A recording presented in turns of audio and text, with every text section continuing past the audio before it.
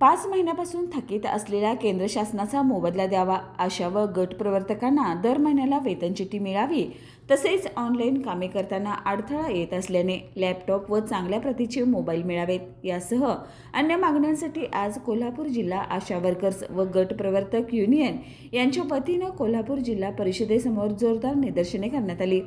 यावेळी राज्य सरकार विरोधात जोरदार घोषणाबाजीही करण्यात आली। राज्य सरकार आशा व गट प्रवर्तकांची फसवणूक करत असल्याचा आरोप करण्यात आलाय। दरम्यान या प्रसंगी बोलताना कॉम्रेड उज्ज्वला पाटील यांनी तीव्र आंदोलन छेडण्याचा सरकारला इशारा दिलाय। या मोर्चामध्ये कॉम्रेड चंद्रकांत यादव, कॉम्रेड भरमा कांबळे, संगीता पाटील, मनीषा पाटील, प्रतिभा इंदुलकर, वसुधा बुडके, पूजा निकम, बिमल अतिग्रे, गीता चव्हाण आदीसह मोठ्या संख्येने आशा वर्कर्स सहभागी झाल्या होत्या।